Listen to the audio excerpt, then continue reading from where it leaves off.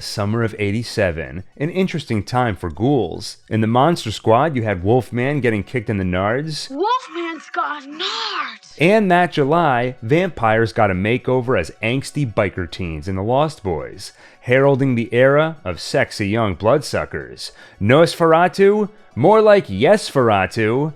The Lost Boys centers on the Emerson family. The mom, Lucy, is freshly divorced and moving in with her dad, bringing along her two sons, the teenager Michael and his younger brother Sam. That's how they end up in Santa Cruz, renamed Santa Carla so the town would allow them to film on the boardwalk. Something about not wanting to be associated with murder teens. It's a beautiful town on the surface, but lifting the rock reveals a mossy Kiefer Sutherland underbelly. David, who leads a pack of biker vampires. These are the titular Lost Boys, named after the Peter Pan characters. They were kids who never grew old, and aspiring screenwriter James Jeremias had the idea after reading Interview with the Vampire, what if they never grew old and they could fly? Because they were vampires. Richard Donner signed on as director, and initially the movie was shaping up to be something more in line with Donner's previous movie, The Goonies from '85, a PG-rated affair. But Donner decided to step away, and they brought on Joel Schumacher for what would be his fourth feature. He wasn't interested at first because he didn't want to do the child-friendly story. He turned it down, then went for a run, and on that run had some ideas. Why couldn't the vampires be teenagers? Why couldn't it be sexy? Why couldn't they look like English gypsies? Couldn't they be on motorcycles? As Schumacher developed and started shooting this version, the brass at Warner Brothers were getting confused. Mark Canton, who was president of the studio, kept coming to see me and saying, you know, the CEOs want to know, are you making a horror movie or a comedy? And I would say, go back and tell them yes. Their concerns didn't stop until the test screening at Long Beach, which proved the strange vampire horror comedy hybrid worked. 750 people showed up. According to Schumacher, it was like a rock concert. A bunch of surf punks ripped the upholstery out of their seats and started throwing the stuffing around. Is that all it takes? Do I have hope, after all, of realizing my lifelong punk ambitions? No, I know myself. I'd feel bad about ruining their seats. The movie grossed $32 million against a modest budget of $8.5 million, making it a financial success that has since become a cult classic too. This is one of those movies I always heard about growing up. I'd seen its influence in pop culture, and it took on a mythical quality in my head. That weird 80s vampire movie with a young Jack Bauer, parodied along with other vampire movies in a great Simpsons Treehouse of Horror episode. Finally, almost 40 years after the movie came out, I've realized my lifelong ambition to watch The Lost Boys. Let's see how it compares to the version I built up in my head over 4 decades. The movie sets a moody and angsty tone with the original theme song by Gerard McMahon, Cry Little Sister, with the lyrics, Cry Little Sister, come to your brother. McMahon performs it with backing by a choir that gives it exactly the vibe he was aiming for. As he said, I wanted it to be about the longing for family from a rejected youth's perspective, which I went through myself and that many of us have felt. Aerial shot over the Pacific Ocean leading to the boardwalk. We'll soon learn a lot of these aerial shots represent the vampires flying. It's their point of view. Due to the low budget, they couldn't show the characters actually flying, except for a couple shots toward the end. But they banked on the idea that sometimes what you don't see is scarier than what you do see, and it creates a bit of mystery. I think it works. It previews the upcoming danger while leaving it shrouded enough in mystery. We're still pretty much just as in the dark as the main characters, who don't yet know about the bloodsuckers. Those bloodsuckers go for a stroll on the boardwalk. Aside from Sutherland as David, included among them is also Brooke McCarter as Paul and Billy Wirth as Dwayne, both of whom were models just starting out their acting careers. And Marco, played by Alex Winter, just a couple years before Bill and Ted, a movie I watched no less than 100 times as a kid. They have a grand old time menacing the public until a guard reminds them again to stay off the boardwalk. Of course, he thinks he's talking to a biker gang, because he is. He just doesn't know they're also vampires. Sutherland is terrifying in this movie. He has this crooked smile that tells you, you're only alive right now because I choose to allow it. Whenever Schumacher spoke about directing the movie, he always underscored the importance of casting. And if you listen to the behind the scenes of the movie, it really feels like he handpicked every role. He saw the actors in various movies before and knew who he wanted. Kiefer Sutherland, for example, had a role that was mostly cut out of a movie called At Close Range, but apparently there's a particular close-up on him at the end of the movie in one shot, and that was enough to convince Schumacher he needed him for the role. The Lost Boys comply with the guard's request and leave the boardwalk, but not without a price. That night, when the boardwalk closes down and the guard strolls across the parking lot alone, the Lost Boys return to extract that price in blood. Cue the opening credits. Meet the Emerson family driving into town, taking in the sights. The mother, Lucy, is played by the great Diane Wiest, who had recently won her first Academy Award for Best Supporting Actress for Woody Allen's Hannah and Her Sisters. Her boys, Sam and Michael, are played by Corey Haim and Jason Patrick. Haim had just had his breakout role before this in '86's Lucas. For Patrick, Lost Boys was his breakout role, and funny enough, he initially turned it down thinking it'd be an exploitation movie, but Schumacher wanted him for the role and spent weeks with his manager convincing him to do it. He liked his paternal big brother quality, which fit the role of being a big brother. As they drive into the scenic town, we see on the back of a billboard someone has written, "Murder Capital of the World," and another song cuts in, a cover of The Doors' People Are Strange, performed by Echo and the Bunnymen, featuring The Doors keyboardist Ray Manzarek. Schumacher asked Manzarek for the song because he figured the Lost Boys would be big Doors fans. As he put it, The Doors to me had the perfect combination of nihilism and sultry sexuality and poetry, and it always seemed that Jim Morrison in his lyrics was haunted by death. Echo and the Bunnymen are also great at these haunting songs. They bring a similar energy to Donnie Darko with The Killing Moon, which has been my go-to song when I'm feeling angsty ever since 2001. Before that, funny enough, my go-to was People Are Strange. For some reason, I really felt like I could relate to that song. And yes, one day I will make a Donnie Darko video. I've been working on it on and off just about since One Take began. I love the music in this movie. It's no wonder the test screening turned into a rock concert. The song People Are Strange in particular makes a great contrast to the bright montage of boardwalk scenery, telling you there's a darkness underneath it all, like the song itself represents the vampires sleeping in their coffins, hidden from daylight. Then, of course, you notice the missing person posters and the shots of people looking sad. Strange people. The movie is a fresh coat of paint on vampires in so many ways, including relocating them from a gothic world to a beach town, putting creatures of the night in a place so strongly associated with the sun furthers the sense of not belonging and maximizes angst potential. And you quickly discover the movie's sense of humor when Michael starts his job search. Is there any jobs around here? Nothing legal. Soon, the family arrives at Grandpa's house. The exteriors were filmed at the now condemned Poganip Clubhouse. It's a place that started as a golf club in 1911, became a rehab center for vets during World War II, and by the time Lost Boys was filmed, it was being used as a social club. The website was last updated in 2002. I don't know why I'm being so thorough. I just find it fascinating to scroll through this relic, like going to the original Space Jam website that's been up since '96. In front of the house, they find Grandpa dead. No, he's faking it. That's the kind of guy he is. Eccentric, sense of humor, but also wise, I think.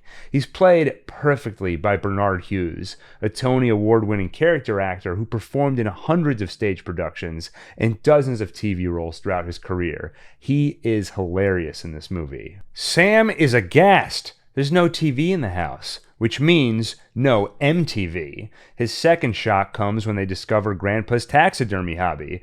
Grandpa's only concern is setting some ground rules. Rules! We got some rules around here. Second shelf is mine. That's where I keep my root beers and my double thick Oreo cookies.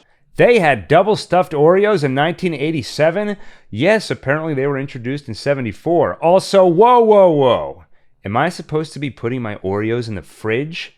My favorite part is when he warns them that when the mailman brings the TV guide, sometimes the address label is curled up a little. Now you'll be tempted to tear it off. Don't. You'll only wind up ripping the cover, and I don't like that. To be clear, he doesn't own a TV. He just likes reading the TV guide, and I love this character. At the boardwalk that night, Tim Capello performs. He was Tina Turner's saxophonist in the 80s and 90s. Here's what David Frick wrote about him for Rolling Stone in '85. He bears more skin than the average Ikette, has a chest that looks like a relief map of the Canadian Rockies, and keeps time with a pelvic thrust that could bust open a bank vault. You may have seen him, all 6 feet of rippling, shirtless Tarzan muscle, playing sax on stage with Tina Turner. It's actually an interesting article. Apparently, he was a heroin addict who turned to bodybuilding in 1980 and developed his stage presence by leading a porn pop band in New York called the Ken Dolls. What the hell is a porn pop band? It's as it sounds. I found a couple pictures Capello shared on his Facebook. Boy, the 80s were a wild time. Porn pop bands, vampires on the boardwalk.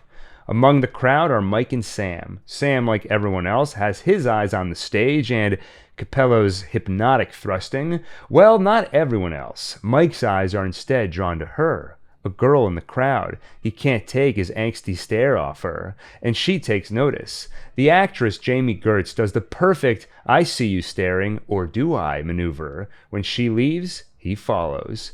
Lucy, meanwhile, walks the boardwalk. When she spots a boy without his mother, she brings him into the video store where the Lost Boys have just shown up and asks the owner Max if that boy's mother is around. Hey, the Goonies! The mother quickly finds him, and it's the perfect opening for Max and Lucy to talk. First, he tells the Lost Boys to scram. He told them not to come in here anymore. Wild kids. Well, Lucy reminds him, we were that age too once. You have a generous nature. I like that in a person. Anyway, how can he help her? Well, she saw the Help Wanted poster outside, and she's looking for a job. Meanwhile, Mike follows the girl, and Sam follows Mike, until Mike wonders if Sam might have something better to do than follow him around all night. That's when the young boy spots it, the comic book store. I get such a feeling of unease as the Emerson family splits up. Schumacher has done a good job making the town feel unsafe. So all the activity on the boardwalk and all the crowds feel like fun, yes, but also chaos, where it'd be easy to miss vampire bikers. And of course, the Lost Boys just left the very store where Lucy is seeking employment. And so many missing person flyers. I don't know which fictional town is worse, Santa Carla or Derry. At the comic book store, Sam attracts the attention of the Frog brothers, Edgar and Allan Frog, named of course after Edgar Allan Poe, played by Jameson Newlander and Corey Feldman, who was all over 80s movies. Before the Lost Boys, Friday the 13th, the final chapter, Gremlins, The Goonies, and Stand By Me. The Frog Brothers are awesome because they see themselves as vampire-killing G.I. Joes, and they never break character. Got a problem, guys? Just scope in your civilian wardrobe. Listen, buddy, if you're looking for the diet frozen yogurt bar, it went out of business last summer. They talk in the same dead serious tone, no matter what, whether talking about vampires or something as mundane as Batman comics. Not that there's anything mundane about Batman comics. Actually, I'm looking for a Batman number 14. That's a very serious book, man. Only 5 in existence. Speaking of comics, they hand one to Sam called Vampires Everywhere, and they claim it could save his life. Elsewhere on the boardwalk, Mike catches up with that girl and spots her on the back of Kiefer Sutherland's bike. And he's got that smile again. Not smiling is the couple they feed on after leaving the boardwalk, a couple they previously harassed on the merry-go-round before the guard kicked them out. I guess they hold grudges. The attack is still left mostly to the imagination, a flying POV shot, characters screaming and getting pulled into the air. The next day, Sam returns to the comic book store, where the Frog Brothers have a question. Noticed anything unusual about Santa Carla yet? The truth is, they only work at the store as a cover. In truth, We're dedicated to a higher purpose. We're fighters for truth, justice, and the American way. Of course, that's Superman's line, and wow, it is easy to fall in love with this movie. It's like an 80s tribute. The music, teen angst, and pop culture references, great if you're a nerd, which you know I'm sure you all enjoy, bunch of nerds, which I'm not. They once again insist he read the vampire comic. They assure him it's more than a comic, it's a survival manual, and they've left their number on the back. I love Corey Feldman's intense stare while they talk. Night falls, and Mike embraces his inner rebel, buys himself a new jacket. He's about to have his ear pierced when a voice warns him it's a ripoff. If you want your ears pierced, I'll do it. It's her, the girl from last night. Her name is Star, and yes, she is down to grab a bite to eat. Except, those darn Lost Boys are back. Where you going, Star? One thing you notice is that Kiefer Sutherland doesn't actually talk all that much in this movie, which only adds to his intensity. His eyes say a lot more than words. When Star tells him she's going for a ride with Michael, all it takes is one word to stop her. Star. Like that, she's back on his bike. But the night isn't over. David invites Mike to try and keep up on a ride to Hudson's Bluff. Cue Lost in the Shadows, another original song, this one written and performed by Lou Gramm, co-founder and original frontman of Foreigner. There's a lot of fog as their bikes speed over the sand until it almost looks like they're flying into an eerie mist. It feels so unsafe, but of course, Mike has to look brave for Star, and there's a thrill to it, until the music fades away and all we hear is Mike's nervous breath. The camera leaves the fog for a moment to show us what they're riding on, the cliffside, how if he falls, he'll be falling a long way, but he has to keep up. I love how unsafe it feels when the camera looks down to give a sense for how fast they're going, especially in contrast to when the scene began with Graham's Lost Boys anthem playing over it. The sequence began with a thrill, an intoxicating rush, and ends with Mike on the ground. One of the movie's themes is definitely the power of social pressure. Mike goes far to impress Star, and soon he'll go far to fit in with the Lost Boys too. And you believe it. What the hell are you doing, huh? No! Just you! Just you! How far are you willing to go, Michael? This sequence is also just one example of how great the movie looks. It's no wonder it looks so good. It had Michael Chapman as the cinematographer, who previously worked on Taxi Driver and Raging Bull for Scorsese. Here he brings a similarly kinetic camera and atmospheric lighting. The Lost Boys bring Michael to their home, or should I say lair, and just like the Lost Boys of Peter Pan, they live underground, in a resort hotel that sank in the 1906 San Francisco earthquake. What an awesome idea, allowing for this great set design, something that invites a more gothic environment appropriate for vampires into the beach setting, and that fun contrast, the century-old hotel outfitted by the vampires like that portrait of Jim Morrison. Back home, Sam finally reads the vampire comic.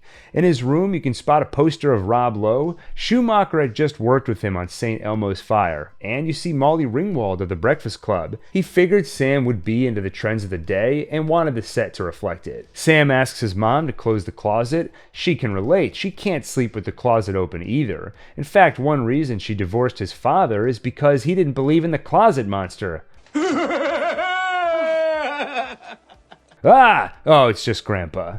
At the underground hotel, it's feeding time. The Lost Boys have picked up Chinese food, while Michael chows on the rice. How are those maggots? Maggots, Michael. You're eating maggots. How do they taste? And it's true. He is eating maggots, and the noodles are worms, and no, they're not. They just made him see those things. Must be the hypnotic ability of vampires. They can make you see or taste things that aren't there. Such a clever way to show off that power, in a way that isn't just disorienting, but viscerally repulsive. Watching it happen, you can almost taste it. And if you watched my Killer Clowns from Outer Space review, you can understand why it was a very good thing I did not see this movie when I was a kid. Then, the main attraction, a bottle of wine. Drink some of this, Michael. Be one of us. They chant Michael's name, and Star warns him, you don't have to do it, it's blood. But Michael remembers how they tricked him with the rice and the noodles, he isn't going to fall for it again. He drinks the wine. Oh, you can't see me, so you have no idea I just did air quotes when I said wine. Apparently the name Michael is said 108 times in the movie. Mike is said 32 times, and there's one use of Mikey. People have memed on the movie for how often his name is said, and it is funny, but it also kind of makes sense. Tying into that theme of social pressure, the hypnotic repetition of his name, and the constant acknowledgement, "We see you," similar to how a salesperson will say your name to emulate rapport. Yes, Michael drinks the blood he thinks is wine, unknowingly taking his first step into vampirism. They dance, they party the night away. He drinks more. That song, "Cry Little Sister," plays over the montage. It's the intoxication of fitting in that overrides all judgment and reason. Schumacher credits the popularity of MTV with allowing him to shoot this sequence, saying how music videos on MTV educated a whole new generation on surreal images and non sequitur storytelling. That gave him more license to play around with this montage of overlapping images. After that, they take Michael to the train tracks on a bridge. Without explanation, one by one, they jump off. David goes last. Come with us, Michael. Michael finds them dangling off the bottom of the tracks, laughing, having a great time. If your friend jumped off a bridge, would you? The Lost Boys says yes. Michael hangs. When the train passes over them, one by one, they fall. Michael, you're one of us! Let go! What? You are one of us, Michael! David lets go. Michael holds on and hears them calling for him through the fog, whispering his name. He hangs on as best he can, until he can't. The shot of the Lost Boys hanging off the bottom of the bridge is so iconic. In the moment, it's the culmination to a night of escalating tensions as Michael sinks deeper into the vampire's world. It's when things are their most dangerous. As a pure visual, it's striking and unusual. The night sky, the fog, which becomes haunting when combined with the bizarre image of teens hanging off a bridge. A visual representation of the movie's core theme. Michael is doing something insane for a reason he doesn't understand, just to fit in. And they're doing it for what? A thrill? To rebel, not against anything specific, just, we're not supposed to do this, so we're gonna do it.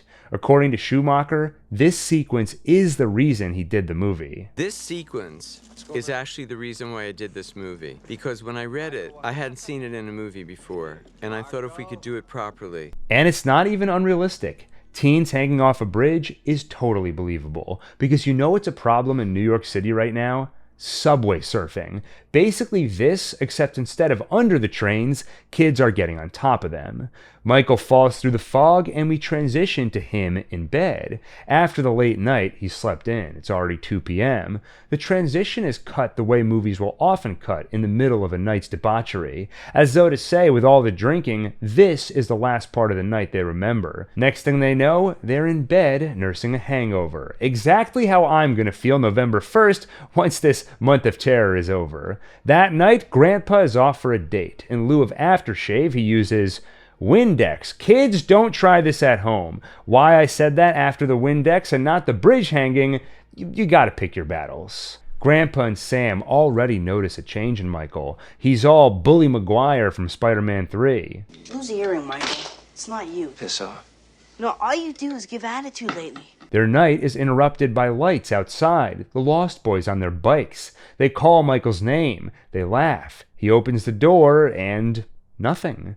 Bath time for Sam, milk time for Mike. But pain, his heart beating hard. Here you can see an example where a limited budget didn't allow them to achieve their ambitions. In the screenplay, he grabs his stomach and doubles over. As he lifts his head, this is what he sees.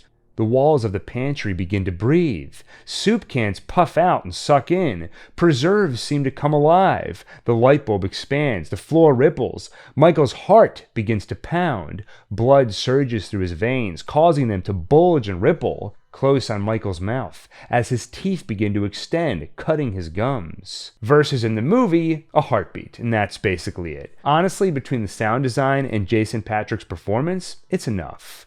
What's wrong with Michael? It's the hunger. He needs blood, and there's a flesh bag full of it soaking in the tub upstairs. Michael comes to the door. He opens it. Can he resist? We'll never know, because their dog Nanook stops him.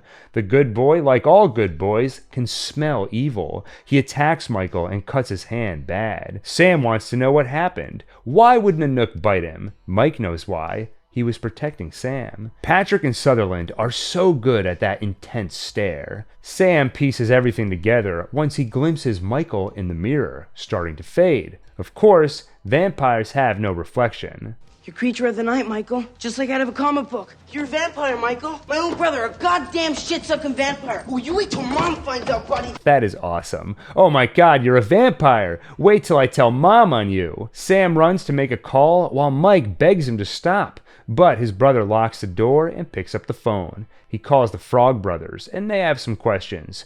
Does your brother sleep a lot? Does sunlight freak him out? Yes, and he does wear sunglasses in the house. Oh, he's a vampire, all right. Okay, here's what you do. Get yourself a good sharp stake and drive it right through his heart. Of course, Sam can't do that. It's his brother. Okay, then we'll come over and do it for you. No! Meanwhile, Mike does what he does best. Sleep. And float? Pennywise would love this movie. Mike wakes up on the ceiling and ends up outside, holding onto the house for dear life, while Sam gets a hold of his mom, interrupting her date with Max, the video store owner. Mike begs for help. Let me in! He doesn't know what'll happen if he lets go. When Sam spots him, he starts screaming into the phone. He's gonna kill me, Mom! Of course, she abandons her date and heads home. Before she arrives, Mike's pleading eventually works. Sam opens the window to let in his older brother turned vampire and agrees to keep it between them for now. This and the bridge sequence are two that I love. Both are unique. Like this, a guy's body suddenly defies gravity and needs his brother to open the window so he doesn't fly off. And both touch on a broader, relatable idea. In one case, on the bridge, the urge to prioritize fitting in over personal safety or comfort. And here, the feeling when you stop recognizing a family member or close friend, when they start changing, maybe fitting into a new crowd, one that you don't fit in with. I love the moment when Mike begs him to open the window. Sam yells, "You're a vampire!" "I am not!" "So what are you, the flying nun?" And finally Mike replies, "I'm your brother, Sammy. Help me." That moment when the old truth overcomes current circumstances. Things might have changed. Maybe I'm a vampire. I might be different. But we are still family. And it's a funny scene. It's that perfect blend of horror, comedy, and a little drama. Mom gets home and Sam does cover for Mike. Michael takes off for the underground hotel. The Lost Boys aren't there, but he does find Star. He wants to know what's happening to him. She can't tell him, and she can't help. But she can kiss him, and so much more. Cue Cry Little Sister. Never get sick of hearing it. When the sun rises, Mike's hand wound has already healed. The joys of being a vampire. Lucy heads over to Max's house to apologize for running out on their date last night. But before she can get to the house, she's attacked by his dog, but with Sam's help, gets away unscathed. With that, Sam is off to see the Frog Brothers. The vampire comic they gave him warns about the hounds of hell. Vampires sleep during the day, so often they'll have a hound around to protect them. The comic also says that if you kill the head vampire, all half vampires return to normal. They need to kill that head vampire to save Mike.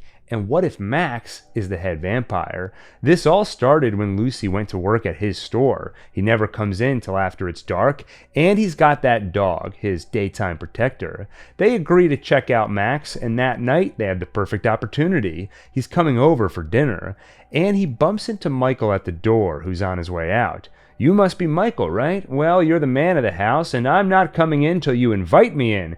"Invite me? Wait a minute. Vampires can't enter a home unless they're invited, right?" You're invited. Thanks very much. The dinner is a comedy of errors. Sam offers grated cheese, but really it's garlic, and Max chews it. It's a little much, but doesn't kill him. Ed Herman is so good in the role. He plays the composed businessman so well, and when he's prodded, like someone tricks him into eating a spoonful of raw garlic, he's able to lose that composure just the right amount. It's not cheese, it's garlic. But you hate garlic, don't you? No, I like garlic. It's just a little much. It's raw garlic. Test 1 is a bust. How about some holy water? Doesn't burn him. He doesn't glow in the dark. He has a reflection. What the hell? I guess Max is not the head vampire after all. This is a fun sequence, but ever since the "you're a vampire, I'm telling mom" scene, I can't help but start to sympathize with the WB execs.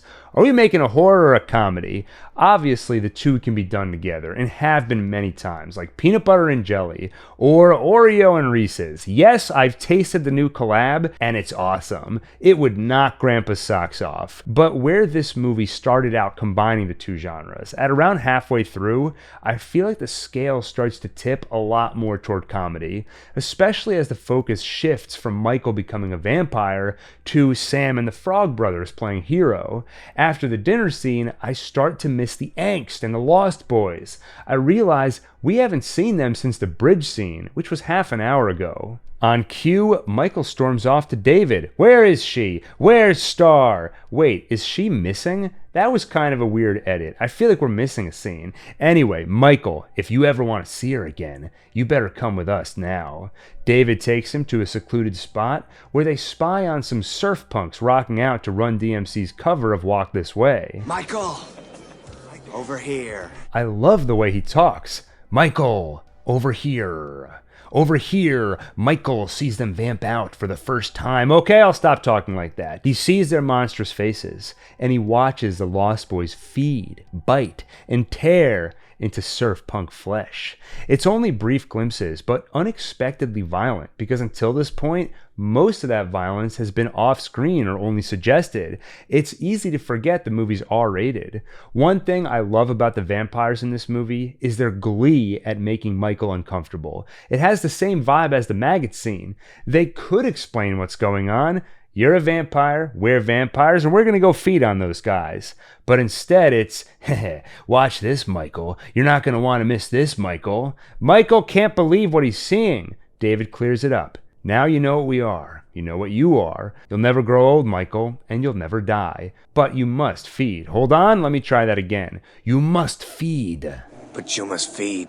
I love this sequence, and it makes me wish again that Michael's story continued to be the focus of the movie, and the movie leaned more into that struggle, humanity versus vampirism, the temptation of immortality at the cost of becoming a monster. But there really is none of that here. Other than the brief Bully Maguire sequence earlier, Michael never really considers getting with the vampire program. He's just tricked into it for a little bit.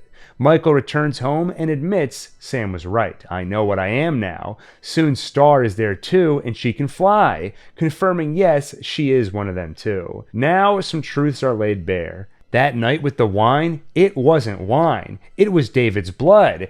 But that means David drank his own blood? Ew! Mike is concerned. I'm one of them now, aren't I? No, not until you make your first kill. Until then, you're like Laddie and me, basically a half vampire. So they can still be saved if the head vampire is killed. Also, who the hell is Laddie? It's kind of like Humpty Dumpty in Puss in Boots, where you find out he's been in the background of every major scene, but you had no idea. This feels like that. I rewind the movie and I'm like, oh yeah, there has been a little kid running around with the Lost Boys this whole time. Yeah, and at one point we zoom in on a missing person milk carton with Laddie's name on it.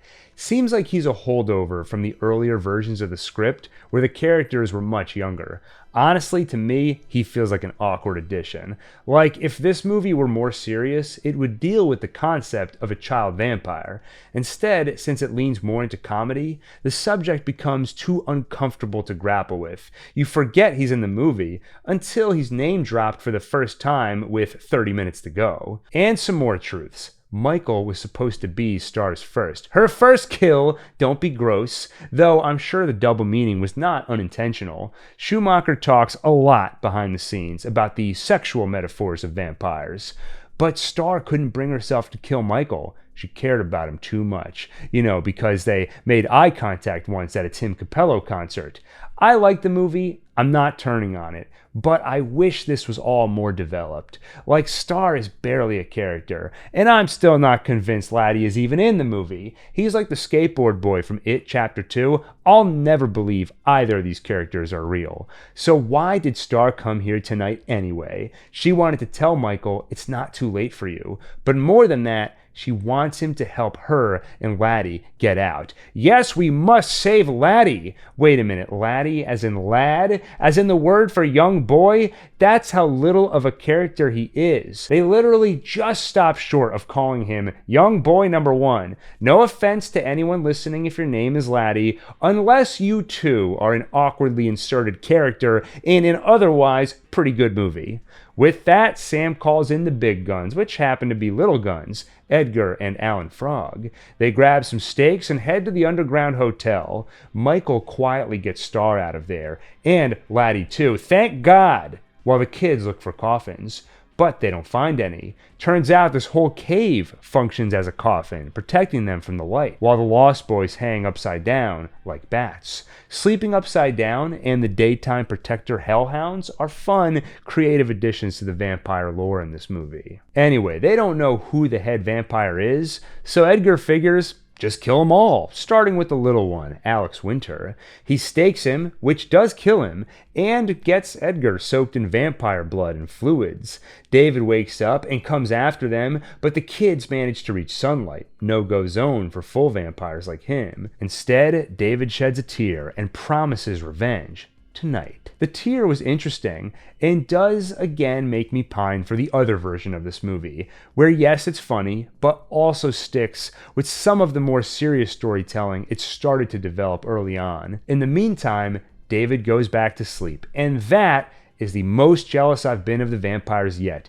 I have such a hard time falling asleep. I'm literally writing this video at 3 a.m. because I couldn't sleep because I was thinking about how many videos I still have to get done for this month. David just watched his good friend, basically his brother, murdered in front of him. And he's like, oh, I'm going to get revenge on you, but first, let me just take a nap. I need some shut-eye. The kids run back to the car where Michael is asleep. Man, I wish I was a vampire. They rush back to the house and know the Lost Boys will come for them at sundown, 2.5 hours from now.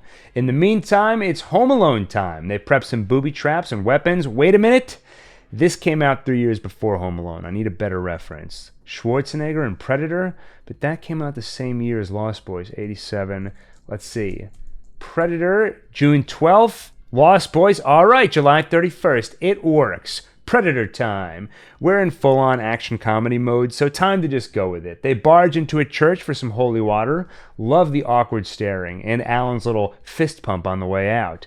Now it's time to prepare. Mom is already out of the way. She's on a date with Max. They trick Grandpa, telling him the widow Johnson called and moved up their date. Once he leaves, they get the garlic ready, the holy water bath, and my personal favorite, water guns filled with holy water. The sun goes down, and David wakes up.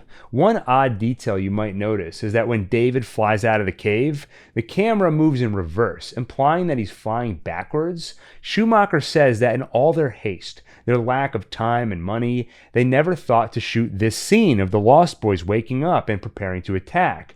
So he took some existing shots of the boys sleeping, came up with the idea of bat feet, got a shot of those, then took an existing flying sequence and just played it in reverse. As the kids prep for the Lost Boys' attack, Edgar warns them, you should know, no two bloodsuckers go out the same way. Some yell and scream, some go quietly, some explode, some implode, But all will try to take you with them. and that's how it goes. Upstairs, Edgar and Alan tussle with Paul by the tub. Splash of holy water hurts but doesn't stop him.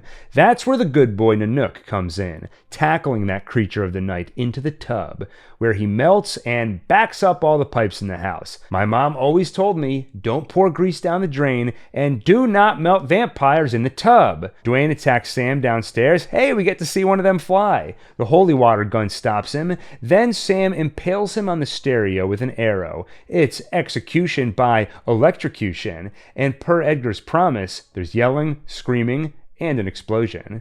Apparently, this kill got such a reaction from audiences, nobody could hear Sam's punchline. Death by stereo. so a few extra shots were added to pad out the time after the kill to give the audience a chance to calm down from their cheering first. Finally, David comes. It's a one-on-one brawl, Michael versus David, and ends with David impaled on antlers. I know it's all in good fun, but I did find myself wondering how the inexperienced Michael could take on David, who's been a vampire for who knows how long. But note, David does not explode. They intended on having him come back alive in a sequel. He never did come back, but direct-to-DVD sequels did happen in 2008 and 2010. Some of the cast returned, but not Kiefer Sutherland. They did get his half-brother, though, Angus Sutherland. Also, when David quote-unquote dies in the movie, it's played dramatically, with Cry Little Sister over it.